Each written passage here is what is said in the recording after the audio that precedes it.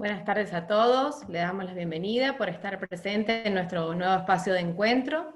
Queremos agradecerles a todos haberse tomado este tiempo para acercarse a la Fundación de esta manera en nuestro espacio de encuentro. Queremos agradecerle a los consejos de administración de las fundaciones Grupo Petersen, de las 4 fundaciones.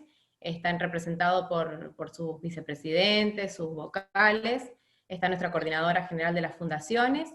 Les pedimos que, silencien sus micrófonos para dar comienzo al espacio de encuentro. Gracias por la espera que han tenido algunos, que han iniciado, se han sumado un ratito temprano. Bueno, este espacio de encuentro, voluntariado y participación como bien público, invitamos a Carlos March para que esté con nosotros esta tarde y nos pueda ayudar con esta temática, que nos pueda dar sus conocimientos sobre esta temática. Lo voy a presentar a Carlos. Carlos March es director de inteligencia colaborativa de Fundación Avina, integra 10 consejos directivos de organizaciones de la sociedad civil argentina.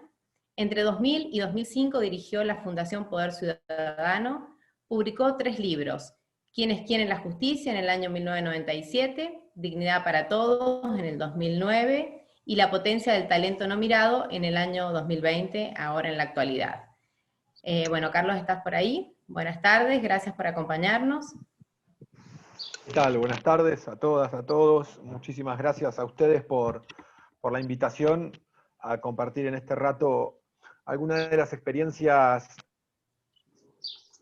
que, como bien comentabas, se fueron construyendo desde espacios de la sociedad civil, pero con mucha interacción con el mundo de la empresa. Sea porque, bueno, como bien saben, la mayoría de las actividades de las organizaciones de causa pueden ser realizadas porque hay empresas que invierten estratégicamente en esas agendas, pero también, más allá de esa inversión, a incorporar a la interacción más allá de la inversión específica. Entonces, lo que pensamos con el equipo que este encuentro fue qué conceptos podían agregarle valor a las acciones que ustedes desarrollan en las empresas del grupo, en su rol de voluntarios, aquellos que deciden ser voluntarios, y además también, más allá del espacio y el ámbito de trabajo, obviamente, ¿no? Es decir, son también conceptos y experiencias y aprendizajes que nos sirven de alguna manera para desenvolvernos como si ser una comunidad, para lo colectivo. Así que yo lo que voy a hacer es compartir pantalla, porque armé una pequeña presentación para que vayan siguiendo sobre todo conceptos. Y entonces, arrancamos diciéndoles básicamente que, para contextualizar este contenido que voy a compartir, como bien les dije, son experiencias generadas desde distintas organizaciones sociales de América Latina, porque Avina es una fundación que promueve el desarrollo sostenible, apoyando liderazgo, tanto liderazgo como liderazgo empresarial, en toda la región, desde México hasta Argentina. Somos 75 personas distribuidas en toda la región, que tratamos de identificar agendas, líderes y apoyar procesos colaborativos para promover el desarrollo sostenible en acciones que tienen que ver con la equidad, con el fortalecimiento de la democracia y con lo del planeta. Entonces, en esa línea, quería compartir aquí datos que para mí son fundamentales. Uno es la cantidad de población, ¿no? Acá hay una cifra que dice: en el año 1970 éramos 3.700 millones de habitantes en el mundo, hoy somos un poco más de 7.600 millones de habitantes. Y el índice de pobreza, o la cantidad de pobres en el mundo, depende de quién mida, es prácticamente el crecimiento poblacional que hubo en esos años. Es decir, ahí tenemos un gran desafío, que es cómo generamos inclusión social desde modelos de desarrollo sostenibles, porque el otro dato que no dice ahí es que desde el año 1985 estamos consumiendo 1,5 planetas, ¿no?, en cuanto a recursos naturales. Para abastecer la demanda de la población actual, estamos invirtiendo y utilizando en los recursos naturales equivalentes a 1,5 planetas. Es decir, en julio empezamos a usar los recursos naturales del año siguiente. Entonces, acá el punto es cómo generamos un modelo de inclusión que además esté acorde a la capacidad de carga del planeta. El mundo, por lo general, se mueve a partir del paradigma del éxito. Y el paradigma del éxito se centra a partir de la acumulación de poder, de la concentración de riqueza y de una lógica guerrera en el sentido de construcción de ego y de ocupar el lugar en función y en detrimento del otro, ¿no? Yo estoy acá porque le gané al otro y ocupo el lugar del otro. Entonces, lo define Bernardo Toro al paradigma como un paradigma es un anteojo que colocado en el cerebro hace ver la realidad de determinada manera. Entonces, lo que desarrolla Bernardo Toro y Leonardo Boff en relación al paradigma del cuidado, plantean 5 niveles de cuidado. El cuidado de sí mismo, que se logra a través del remanido, pero no por eso menos importante, equilibrio entre cuerpo, alma y mente, cuerpo y alma. El cuidado del cercano, que básicamente se concreta a través de transacciones ganar-ganar, corrernos de esta lógica de transacciones ganar-perder y entrar en una lógica de agregar valor en toda transacción, y cuando me refiero a transacción no solo me refiero a transacción comercial, me refiero también a transacción cultural, a transacción política, social, amorosa, etc., ¿no? Desde que nos levantamos hasta que nos acostamos, estamos permanentemente transaccionando en la comunidad.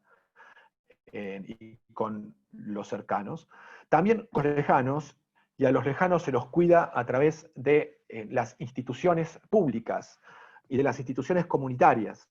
La importancia de un club barrial, de un comedor comunitario, de una biblioteca popular, tienen valor porque justamente nos permiten cuidar al lejano, cuidar al entorno, cuidar al barrio. El cuidado del extraño, que se desarrolla básicamente a través de bienes públicos. Y voy a definir bienes públicos no como aquello que administra el Estado. Un bien público es todo bien o servicio que está a disposición de todos en igual cantidad y calidad. Es decir, una plaza no es un bien público porque la administra el Estado. Una plaza es un bien público porque la persona de mayores recursos y la persona de menores recursos de esa comunidad accede a la misma cantidad y calidad de servicios en esa plaza, sin importar la posición socioeconómica que ocupe. Entonces, la generación de bienes públicos de calidad me permite cuidar a un extraño. Cuando yo apoyo la cooperadora de un hospital público, yo no sé quiénes se atienden en el hospital, ¿no? Yo estoy apoyando el funcionamiento de un hospital para que atienda a personas que yo ni conozco. Entonces, el cuidado del extraño se concreta a través de la generación de bienes públicos de calidad. Y por último, el cuidado del planeta a través del cuidado de los bienes ecosistémicos. Entonces, ¿cómo ir plasmando? Sobre todo 4 niveles. Me voy a correr del cuidado de sí mismo y me voy a concentrar en estos otros 4 niveles de cuidado, del cercano, del lejano, del extraño y del planeta. Para esto, hemos construido 4 cosmovisiones para poder avanzar en la construcción de este paradigma del cuidado. Lo primero tiene que ver con el paradigma o la cosmovisión de la democracia. La democracia básicamente es un modelo de organizar la sociedad, es mucho más que un sistema electoral, y de hecho existen muchas más herramientas que el voto para poder participar en democracia. Entonces, la democracia como una de la primera cosmovisión que me permite organizar la sociedad. Luego el desarrollo sostenible, que es la cosmovisión que organiza la riqueza. Y la riqueza la vamos a definir para esta presentación como el conjunto de bienes, servicios, valores, ambientes, relaciones y transacciones que nos permiten vivir dignamente, cuidar los servicios ecosistémicos y ser felices. Ese es el concepto de riqueza que va a estar, digamos, atravesando esta presentación. La tercera cosmovisión es la ideología, que es la que permite organizar el bienestar, ¿no? Es decir, la ideología es una forma de organizar ideas hacia el bienestar. Como hay muchas formas de organizar ideas, hay muchas ideologías. Y lo cuarto tiene que ver con la educación, que es la cosmovisión que organiza el futuro. Ustedes saben que un sistema educativo, los resultados se ven luego de 15 o 20 años de funcionamiento de ese sistema educativo. Entonces, lo que hace la educación es básicamente organizar el modelo de país a futuro. Lo que organizó la Ley 1420 de educación pública, universal y gratuita, dictada en la década de la generación del 80, no fue resolver la coyuntura de Sarmiento, fue construir un modelo de país que generara integración a través del sistema educativo, de un sistema educativo que crea oportunidades y acceso a oportunidades. Entonces, estas cuatro cosmovisiones, democracia, desarrollo, ideología y educación, me permiten empezar a estructurar cómo avanzar en el paradigma del cuidado. Y hay un factor importante que en las charlas, cuando veníamos preparando este espacio, decíamos que es esto del talento y la potencia del talento. Nos inspirábamos en una empresa que se llama Arbusta, que concentra en su foco capacitar a chicos de asentamientos y villas de grandes urbes para que puedan desempeñarse dentro de la empresa, que es una empresa que presta servicios de tecnología a otras empresas. Y lo que tiene como característica esta empresa, y como parte de esta lógica, cómo se arma esta empresa Arbusta, desde esta premisa de los tres fundadores, estaban convencidos ellos que el talento es una cualidad distribuida, es una capacidad distribuida en la sociedad. Lo que no está distribuido en la sociedad son las herramientas y los espacios para poder acceder y para poder visibilizar y para poder potenciar el talento. Entonces, esto lo hizo Arbusta, pero cualquiera de nosotros puede, y cualquier empresa, se nutre de talento y puede potenciar el acceso equitativo al talento, y una de las formas de hacerlo es a través del voluntariado, otra forma es a través de la inversión social en recursos. Potenciar el talento interno dentro de las empresas.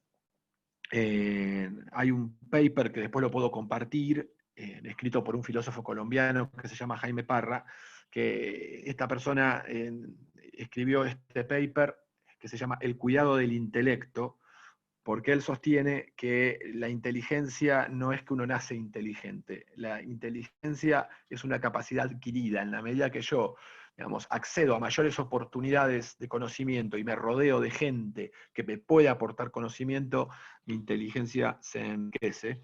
Y esto sucede mucho, obviamente, en el ámbito en el cual operamos cotidianamente, y en muchos casos las empresas son esos ámbitos donde uno tiene gran potencial de desarrollo.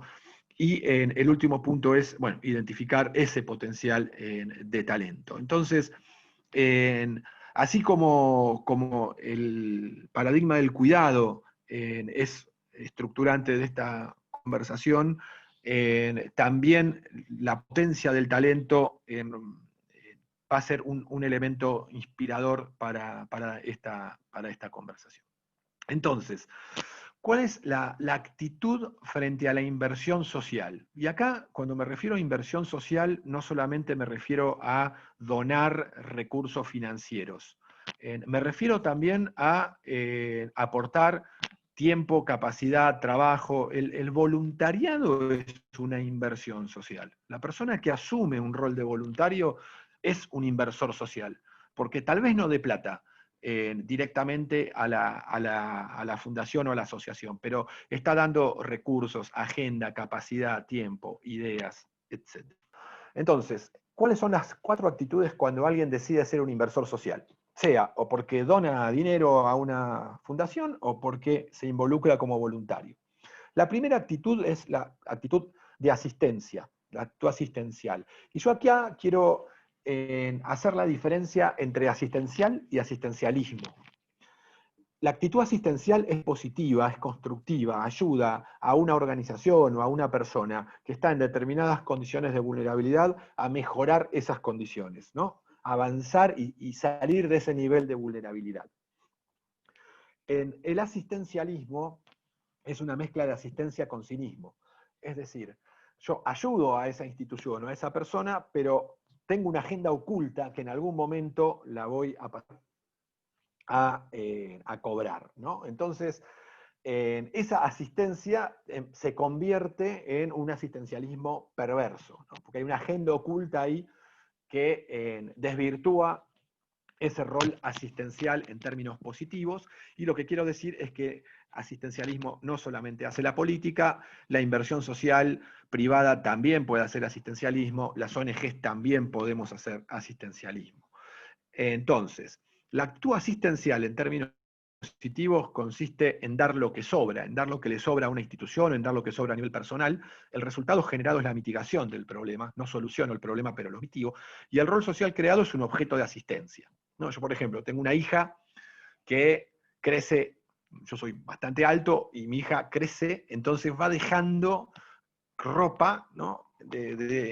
Fuera de uso, y nosotros lo que hacemos es tomar la ropa de familia y se la damos al reciclador que revuelve la basura en el container enfrente de casa. Entonces, mi actitud es asistencial, es decir, estoy dando lo que le sobra a Emilia, se la entrego a una persona que necesita la ropa, no le estoy mitigando el problema, porque va a seguir revolviendo basura, lo hará un poco más abrigado, pero digamos, le mitigo el problema, pero no se lo soluciono, y es un objeto de asistencia en el sentido de que va a necesitar que Emilia siga creciendo para recibir la ropa.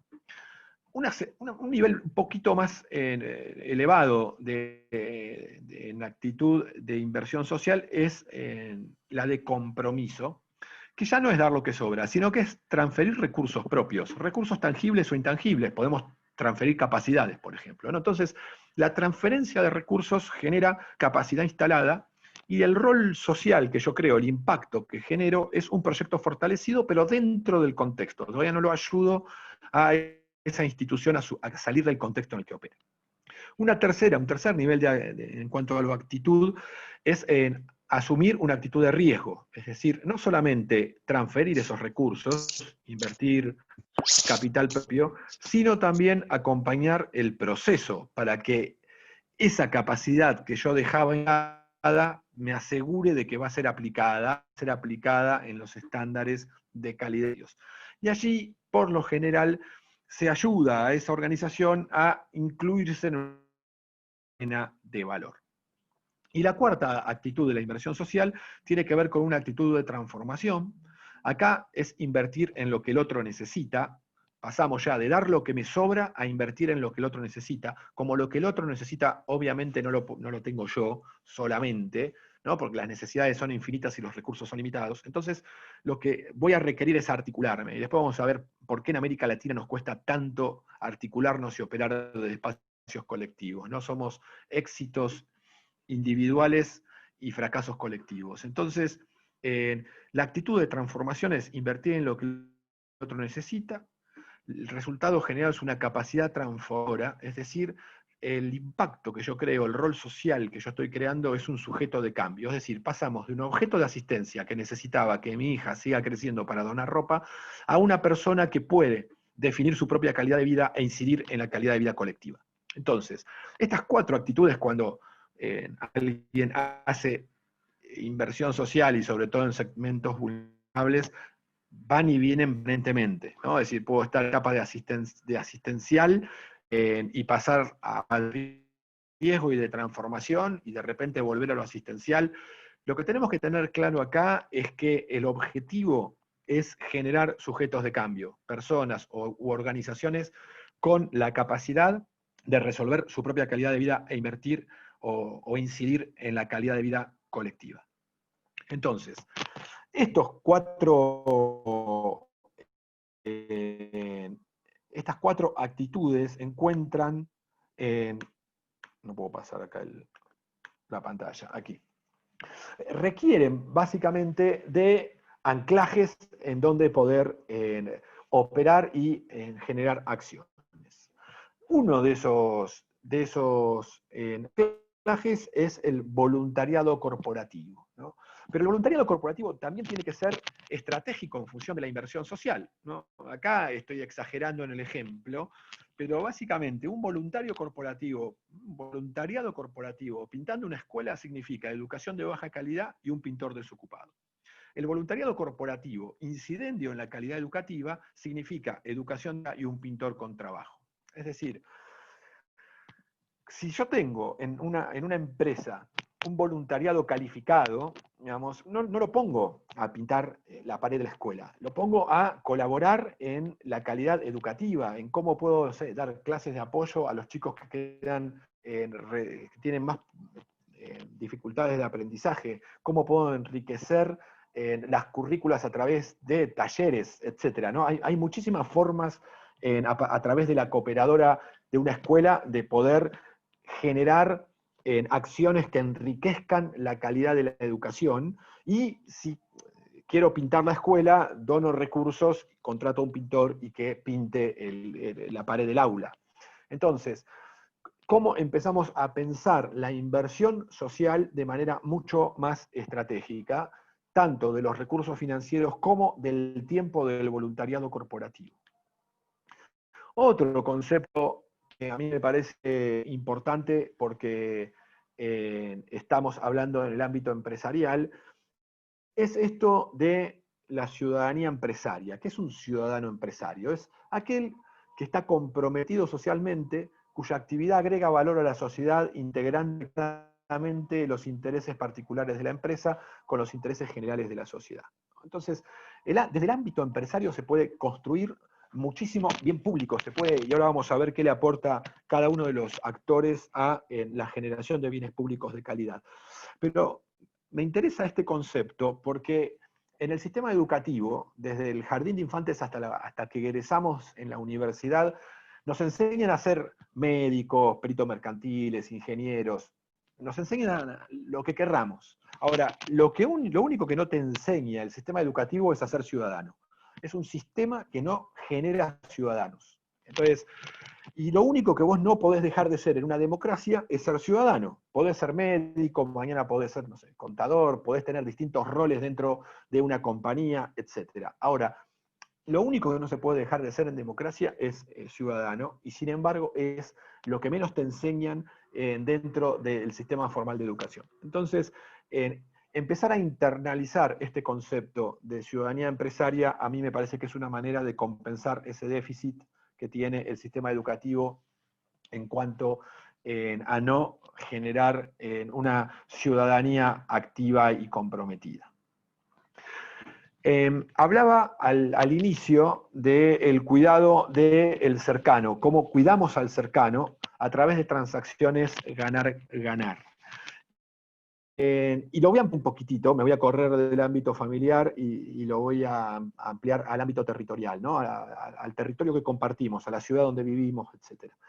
¿Qué es una ciudad? Es básicamente eso, es una plataforma de transacciones. Desde que nos levantamos hasta que nos acostamos, transaccionamos. Para orientar las transacciones a un ganar-ganar, a generar dignidad humana y a generar bienes públicos de calidad, lo que yo necesito es tener información. ¿Cómo oriento mis acciones y mis iniciativas y mis proyectos a el bien común? Y para ello yo necesito tener información. Y acá hay tres elementos que reúnen información: un mapeo de recursos, ¿no? Es decir, saber con qué recursos físicos e intangibles yo cuento para llevar adelante una iniciativa; el mapeo de actores, que a mí me parece fundamental porque, yo quiero avanzar acá, sí, me voy a quedar acá.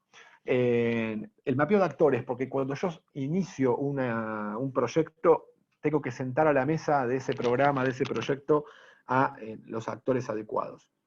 Entonces, necesito una masa crítica que conformar para llevar adelante una iniciativa. Y hay tres como perfiles de masa crítica para poder seleccionar y sentar a la mesa de esa iniciativa. El primer perfil es elite, la elite.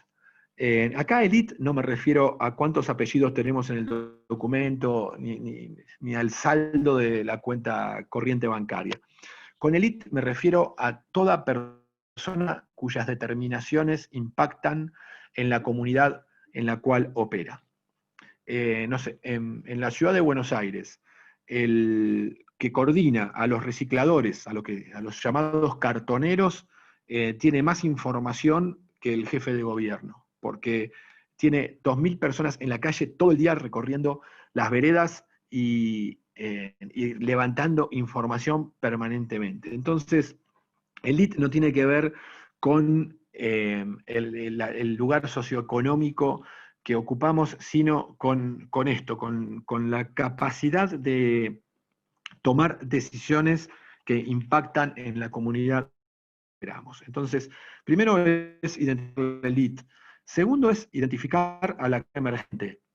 Es decir, aquel actor que juega el partido, pero que todavía no define las reglas de juego y quiere definir las reglas de juego. Porque lo que me permite el actor emergente es la movilidad social. La élite ya está en su zona de confort, no se quiere correr de ahí. El actor emergente es el que sí quiere empezar a definir reglas de juego y, por lo tanto, yo necesito que ese actor emergente, tenerlo identificado y empezar a articularlo con el resto de actores emergentes. Porque como están emergiendo, no se conocen entre sí, a diferencia de la élite, que sí están mucho más.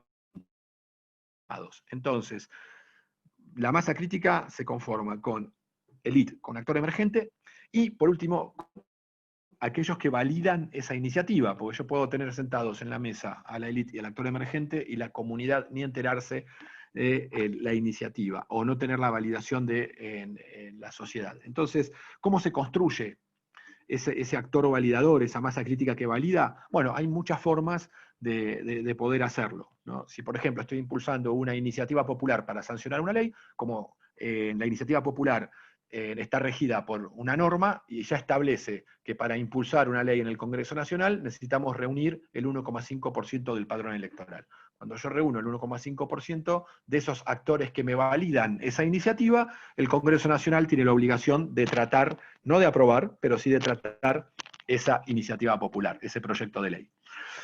Pero no siempre está todo reglamentado. Entonces, ¿cómo construir masa crítica? Bueno, hay muchísimas formas de construir masa crítica. A mí me tocó una experiencia bien interesante en una ONG de Washington, en donde se enteraron que había un lobby muy fuerte del sector de la medicina privada para sacar una ley que pusiera un tope a las indemnizaciones de mala praxis, ¿no? Una indemnización por mala praxis tenía un tope, no sé, a mí me cortaban un brazo, el brazo de Carlos March sale tanto.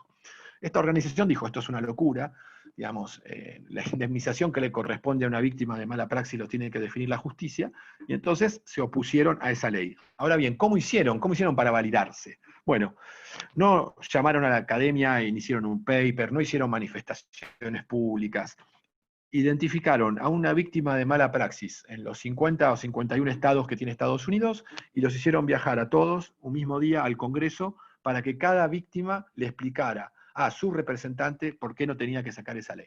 Y esa ley no salió. Es decir, uno de los lobbies más poderosos en Estados Unidos, que es la medicina privada, fue frenada por 50 personas que le explicaron a sus representantes que no tenían que sacar esa ley.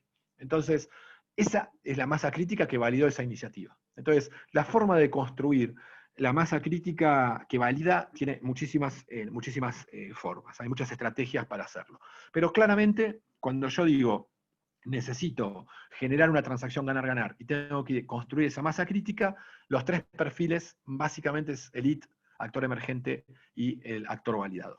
Y por último, este mapeo de incentivos. Digamos, yo necesito, una vez que siento esa masa crítica, entender los intereses que va jugando y que responde cada uno, para que podamos alinear esos intereses a el interés común.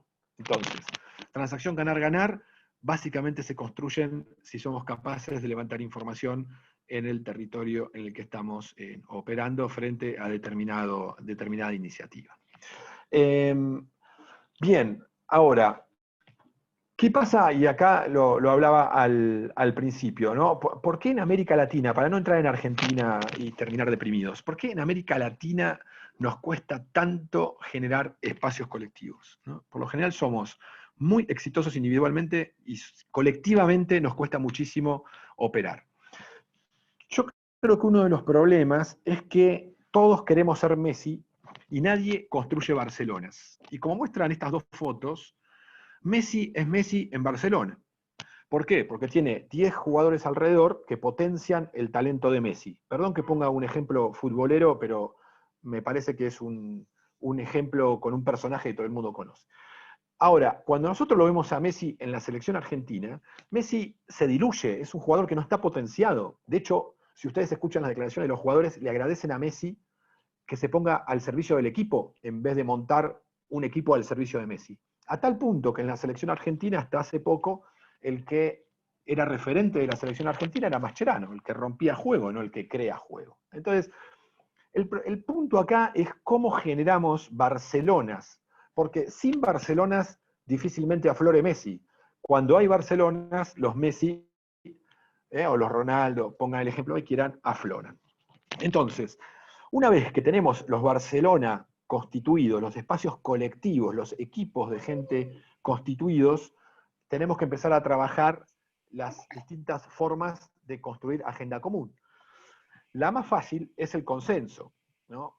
El consenso es ponerse de acuerdo en un objetivo y además coincidir en las estrategias que nos llevan a ese objetivo. Ahora, cuando tenemos espacios colectivos diversos de personas con distintas ideologías, con distintas inquietudes, con distintas trayectorias, con distintas profesiones, es muy difícil lograr consensos. Entonces, ¿qué pasa con el espacio colectivo? Aparece la divergencia. Entonces, si la divergencia queda dentro del espacio, es muy difícil operar ese espacio, porque lo más probable es que desde la divergencia el espacio colectivo implosione. La tengo que sacar a la divergencia y la tengo que trabajar primero para ver si ese tema corresponde al espacio o no, porque no todos los espacios tienen por qué abordar todas las agendas. Entonces, esa agenda no es para este espacio, listo, la saco. Ahora, si esta agenda sí es para ese espacio, ya no va a volver como consenso, pero sí debería poder construir dos conceptos para poder operar esa divergencia. Uno es la síntesis de contradicciones, es decir, hasta dónde un grupo de gente que piensa distinto, pero comparte ciertos valores y quiere impulsar un objetivo común, puede llegar junto, ¿no? Es decir, hasta dónde yo puedo llegar con el otro. Y a partir de ese límite, el otro sigue, después sigue cada uno por su lado. Entonces, síntesis de contradicciones. ¿Cómo construyo esa síntesis de contradicciones para poder llegar hasta alcanzar el objetivo que podamos compartir y después cada uno sigue por su camino? El otro concepto es la convergencia. La convergencia lo que me permite es estar de acuerdo en un objetivo, pero permitir que cada uno llegue a ese objetivo por su propia estrategia. Es decir, si nosotros ahora dice 123 participantes, si nosotros 123, de las cuales la mayoría seguramente no se conoce entre sí, entre los 123, difícilmente consensuemos objetivo y estrategia. Ahora, podemos converger en un objetivo, por ejemplo, los 123 seguramente vamos a coincidir en que se cumplan los derechos del niño de manera plena. Entonces, lo que permite ese objetivo es, digamos, coincidir en esa agenda, pero permitir, como pensamos distinto, tenemos inquietudes distintas y capacidades distintas, poder permitir que cada uno pueda llegar a ese objetivo desde una estrategia distinta, ¿no? Entonces convergemos en un objetivo y cada uno llega a cumplir ese objetivo desde su propia estrategia. Entonces, poder conformar estos espacios colectivos no solamente anclándolos al consenso, sino también manejar estas dos categorías distintivas, ¿no? De síntesis de contradicciones y convergencia. Eso me permite ampliar la diversidad de equipos y de espacios colectivos, sobre todo en sociedades que son cada vez más diversas. Definir este concepto de capital social, a mí hay dos puntos que me interesa que se comprenda acá de capital social. Yo sé que hay muchísimas definiciones de capital social, esta no intenta competir con ninguna otra. Simplemente lo que queremos señalar acá es entender el capital social como un flujo de recursos tangibles e intangibles. El capital social no es algo que yo pueda inventariar, no es algo que yo pueda, digamos, asir. El capital social es un flujo y depende de mi habilidad en canalizar ese flujo de recursos para poder lograr participación y pacto colectivo. Y lo segundo es que el capital social es no acumulativo. Yo necesito generarlo permanentemente. Yo no puedo generar 3 años de capital social y después durante 2 años no generar. El capital social demanda una construcción permanente para poder seguir existiendo. Entonces, entender que el capital social, esa red de vínculos que tiene una organización, hay que entenderla como un flujo y como un flujo no acumulativo. Acá están explicadas los tres perfiles que ya expliqué de masa crítica. Y entrando ahora al cuidado del lejano, digamos, cómo construir entramados sociales para garantizar que las instituciones comunitarias tengan calidad. Es fundamental, como ponía ejemplo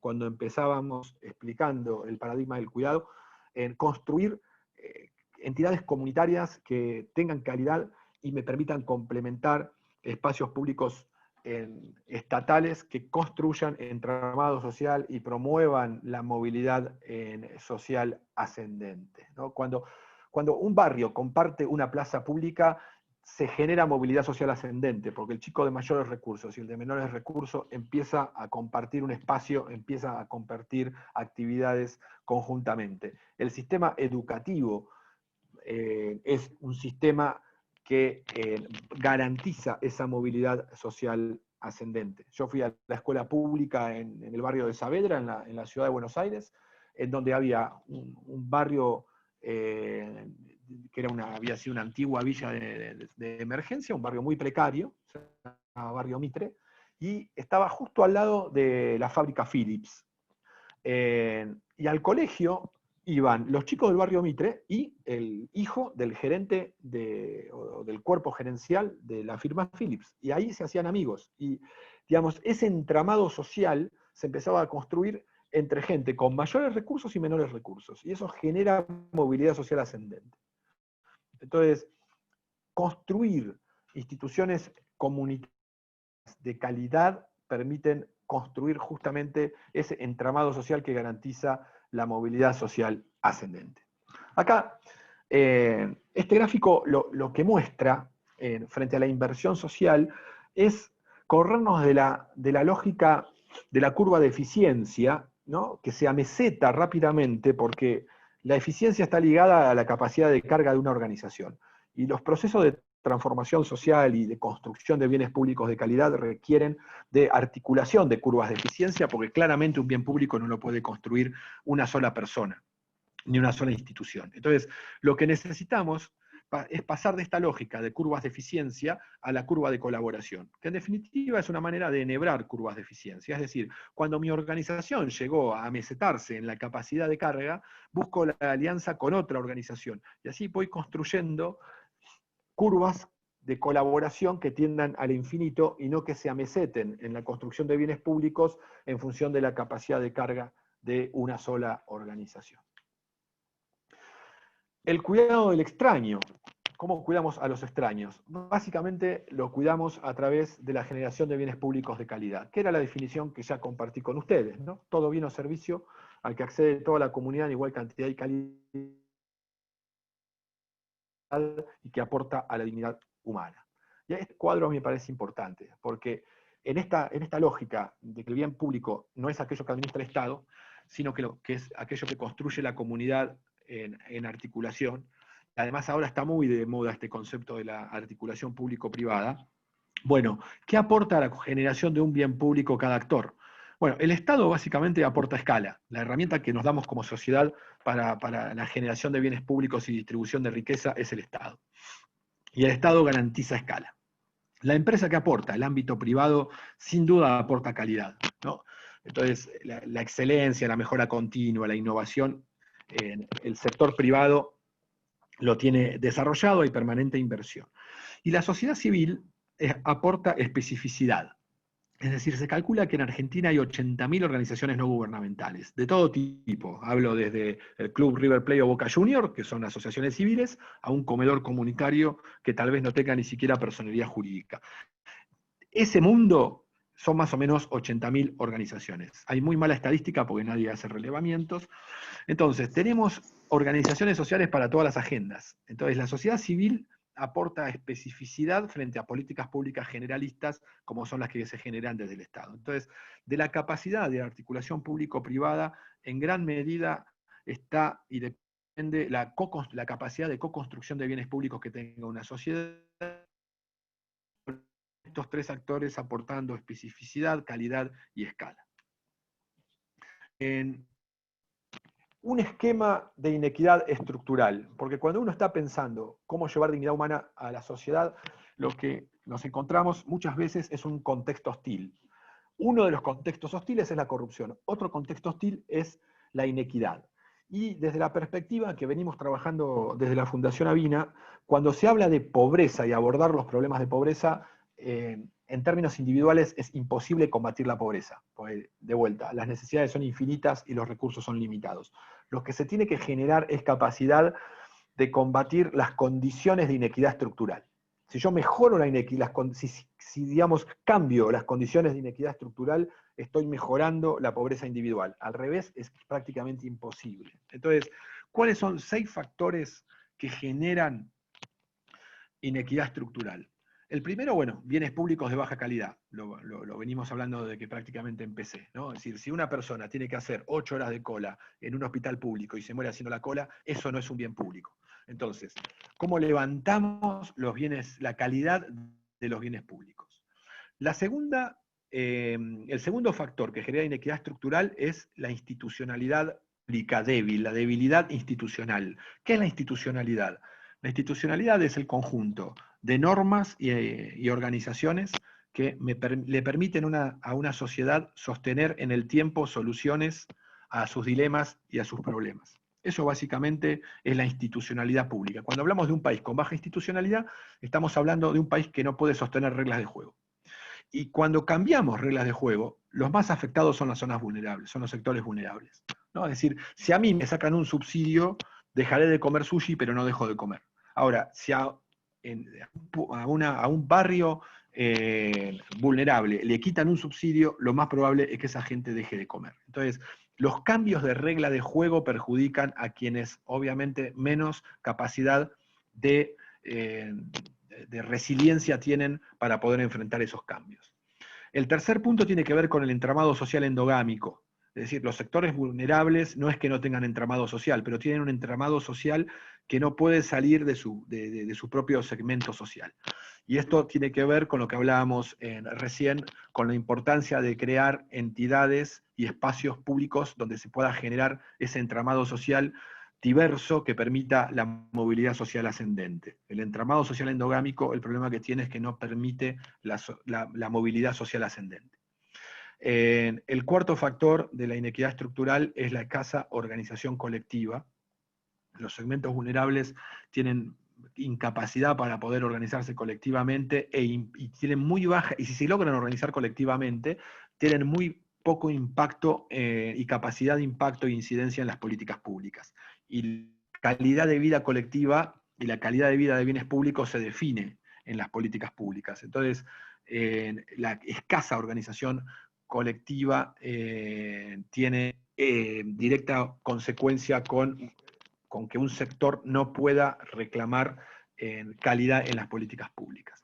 El quinto punto se refiere a la falta de acceso a oportunidades, principalmente por el deterioro del sistema educativo, ¿no? Ustedes saben que América Latina es la región con mayor brecha, con mayor inequidad en el mundo, y uno de esos factores es esta brecha que hay en el sistema educativo. Si queremos calidad educativa la tenemos que pagar, después podemos discutir la calidad de la educación privada, pero si buscamos calidad educativa hay que pagarla, si no, vamos al sistema público estatal de educación, donde el deterioro cada vez es mayor. Entonces, el que puede pagar accede a calidad, el que no puede pagar no accede a calidad. Eso genera inequidad en el acceso a oportunidades. Y el sistema educativo, una de las finalidades que tiene es garantizar acceso equitativo a oportunidades. Después cada uno hará lo que pueda o lo que quiera con esas oportunidades, pero la sociedad garantiza acceso equitativo a oportunidades a través del sistema educativo.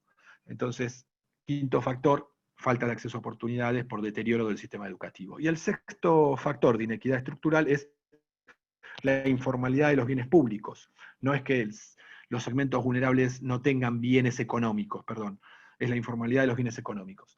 El problema que tienen los sectores vulnerables es que esos bienes económicos no los tienen formalizados. Entonces, como no tienen la escritura de su casa, no pueden sacar un crédito para poder iniciar un emprendimiento, etc. Esto lo voy a pasar, esto también, porque ya estamos con el tiempo un poquito excedido, y me interesa compartir 2 o 3 conceptos sueltos, pero que creo que nos van a servir bastante. El primero es, ¿qué innovar? Cuando dice, bueno, vamos a innovar, ¿no? Ahora todo el mundo quiere innovar.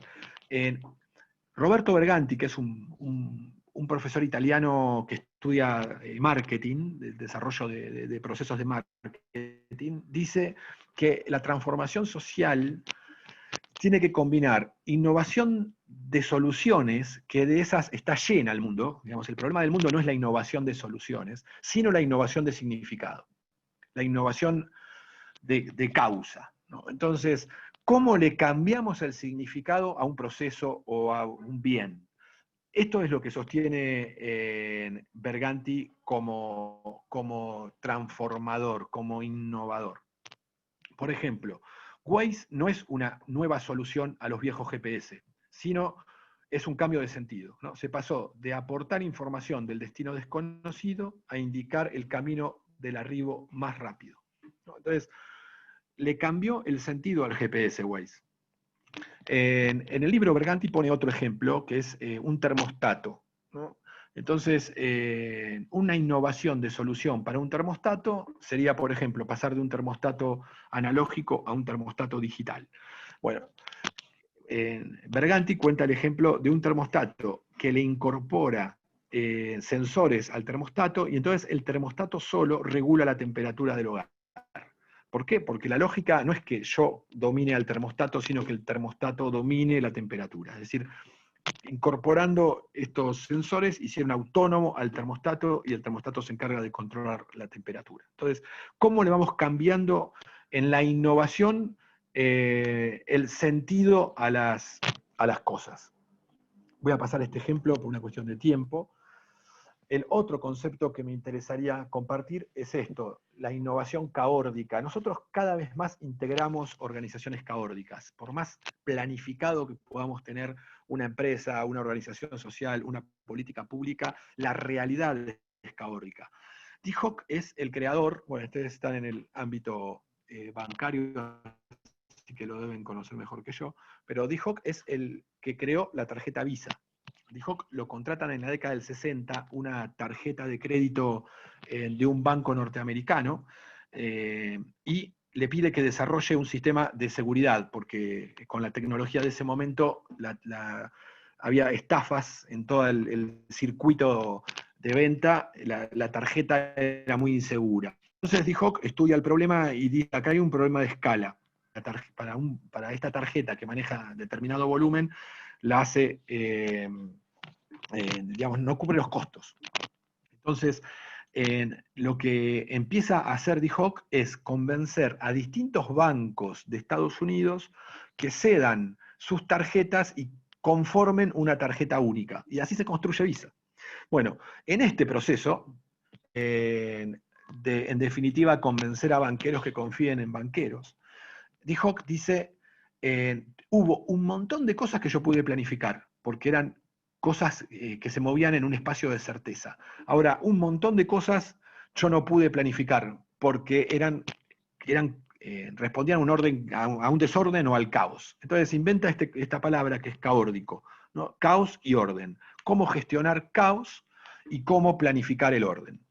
Y él sostiene que las organizaciones caórdicas tienen que garantizar dos cosas. Uno, dar marco de certidumbre para gestionar caos, porque lo que genera el caos es incertidumbre. Entonces, la organización me tiene que dar la certidumbre necesaria para que yo pueda gestionar caos. Y lo segundo es garantizar una estructura de orden creativo, ¿no? Es decir, como decía Picasso, creo, creativos somos todos, pero la creatividad te tiene que agarrar trabajando. Entonces, ¿cómo garantizamos una estructura para que haya un orden creativo definido? Y básicamente lo caórdico se sostiene en función de la planificación y de la intuición, ¿no? Y la intuición es básicamente partir de algo que se sabe. Lo que no se sabe es hasta dónde se llega, pero sí se parte de un conocimiento. Entonces, planificación más intuición es lo que permite a una organización poder moverse en contextos caórdicos. Entonces, cambiar o innovar el significado, moverse dentro de estructuras caórdicas, y después de estos tres componentes me gustaría solamente compartir este concepto de poder difuso. Porque el voluntariado es poder difuso. Digamos, en transformar la realidad desde el poder real de una organización, por más poderosa que sea esa organización, es imposible, porque el poder real es medido, puede ser medido, todo lo que se puede medir se puede neutralizar. Por lo tanto, si yo quiero transformar algo, es muy difícil si termino neutralizado. Y el poder real se puede neutralizar. ¿De qué depende la transformación? ¿De qué depende el impacto? Depende de la capacidad que tenga una organización o una iniciativa de construir poder difuso. ¿Qué es el poder difuso? Es tomar recursos que no son de la sociedad, que no son de uno, que están en la sociedad, y canalizarlos y organizarlos en función del interés común. Es decir, ¿cómo construye poder difuso una organización? Bueno, por ejemplo, con el voluntariado. El voluntariado no es el staff rentado que tiene una organización. El voluntariado es gente que, porque se identifica con una causa en donde siente que trasciende, le pone, digamos, recursos de capacidad, cabeza, agenda, trabajo, tiempo, etcétera, a esa causa. Ahora, la empresa no puede, o la ONG no puede exigir porque no le está pagando, ¿no? En la medida que un voluntario se identifica con otra causa, deja la organización donde está y se va a la organización que lo conmueve. Entonces, el voluntariado es poder difuso, ¿no? El staff sería poder real, el voluntariado es poder difuso. Un espacio colectivo es poder difuso, ¿no? Si yo como organización me integro a una red, no sé, Poder Ciudadano, la organización Poder Ciudadano es el capítulo argentino de Transparencia Internacional. Transparencia Internacional no es de Poder Ciudadano, es una red mundial, pero Poder Ciudadano puede hacer cosas en esa red que no podría hacer solo. Entonces, de vuelta, la red Transparencia Internacional para Poder Ciudadano es poder difuso. Los medios de comunicación construyen poder difuso. Estas iniciativas, en Argentina hay dos iniciativas populares que salieron por ley, ¿no? Digamos, solamente la herramienta pudo sancionarse desde que se implementó con la reforma constitucional del 94, dos leyes nada más. Las dos leyes fueron impulsadas por Poder Ciudadano en alianza con medios de comunicación. Los medios de comunicación no eran de Poder Ciudadano, ¿no? Entonces, de vuelta, pero sin esos medios de comunicación, Poder Ciudadano jamás podría haber juntado las 800.000 firmas que juntó para impulsar esas iniciativas populares. Entonces, los medios de comunicación, de vuelta, construyen poder difuso. Entonces, de la capacidad que tenga una organización de construir poder difuso, que le agregue a ese limitado poder real, va a depender esa capacidad de impacto. Y yo les aseguro que el voluntariado es clave en esa construcción de poder difuso. Y para finalizar, la fórmula para sobrevivir a todo lo que les dije, que básicamente es paciencia, porque la transformación depende de procesos, no de sucesos; método, para poder evaluar. Por lo general, la sociedad civil no evalúa porque tiene miedo a que una mala evaluación le haga perder prestigio, donantes, etc. Entonces, método para poder medir y profundizar lo que se hace bien y corregir lo que se hace mal; e intuición, por esto que decíamos de este concepto caórdico, ¿no? Es decir, además de planificar, yo me tengo que dar un espacio para poder intuir, y las organizaciones tienen que de alguna manera generar esos espacios en quienes conformamos las instituciones para poder ejercer el derecho al error y el derecho a equivocarnos para generar aprendizaje. Y para cerrar, con dos frases que tienen que ver mucho con lo que estuvimos hablando, de cómo operar en espacios colectivos, cómo construir espacios colectivos. La primera frase tiene que ver con un poeta argentino que se llama Almafuerte. Dice: nadie es tan fuerte como para hacerlo solo, nadie es tan débil como para no ayudar. Y en la segunda frase creo que es un proverbio árabe. Vieron que cuando alguien no sabe de quién es la frase, dice que es un proverbio árabe o que es de la Madre Teresa de Calcuta. Yo voy a decir que es un proverbio árabe, que dice lo siguiente: si querés avanzar rápido, hazlo solo; si querés llegar lejos, hazlo en red o hazlo con otros. Entonces, yo dejaría acá la presentación y no sé si quedan algunos minutos para compartir preguntas, comentarios, lo que quieran. Te agradecemos, Carlos, por este momento de reflexión, por hacernos pensar en el voluntariado y, bueno, aprender un poco más cada día sobre esto. Estuvo muy bien explicado todo, dicen, así que parece No, al que contrario. preguntas. Bueno, les agradecemos a todos. Bueno, genial. A vos principalmente, Carlos, por ayudarnos a reflexionar sobre esto. Queríamos decirles que la charla está siendo grabada, así que vamos a dejarla en nuestro canal de YouTube de Fundaciones Grupo Petersen para todos los que no pudieron estar en la charla. Si consultan, va a quedar grabada. Durante la semana vamos a anunciar a los ganadores de los libros, y bueno, les agradecemos y les deseamos una linda jornada, terminación de jornada. Bueno, aprovecho para saludarlos a todos, que es un gusto verlos a cada uno. Si los nombro, ¿cuánto había? 124, 125, la veo ahí a Lorena, Florencia, Alejandra, Teresa, un montón. Y a Carlos, bueno, Carlos, la verdad que yo no me canso de escucharlo. Hace muchos años que lo vengo escuchando y le agradezco porque transmite muy bien todo lo que él sabe. Y Carlos es un hacedor, ha hecho mucho por esto. Así que muchísimas gracias, Carlos. Y bueno, cualquier duda, cualquier pregunta que tengan ustedes, por favor háganla, así se la transmitimos. Ahí lo veo a Martincito también. Muchas gracias a los gerentes de recursos humanos que han estado acompañándonos. Bueno, que tengan buenas tardes y acuérdense del poder difuso. Es algo que sí que tenemos que fomentar.